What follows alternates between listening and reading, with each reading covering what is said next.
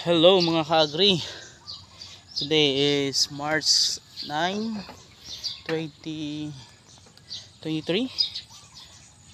Kasalukuyan pong tayo nag-spray and then konti na lang tapos na po yung ating spray.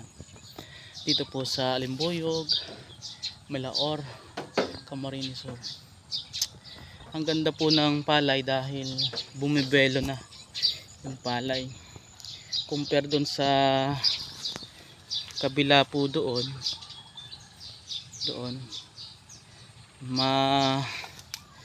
madilaw na yung kanilang palayan. Kaya ang advantage ng ating palay ay maganda ang sibol. Kahit sobrang nipis pero maganda yung sibol. Konti yung gastos dahil hindi na po tayo hindi na naglagay yung may-ari ng synthetic na abono. Kaya naman makakatipid po sila sa kanilang palayan. So, yun ang isa sa kagandahan kapag ginagamitan yung lupa ng mga beneficial microorganism na siyang nagtatrabaho sa lupa para yung rooting system ng palay ay maganda.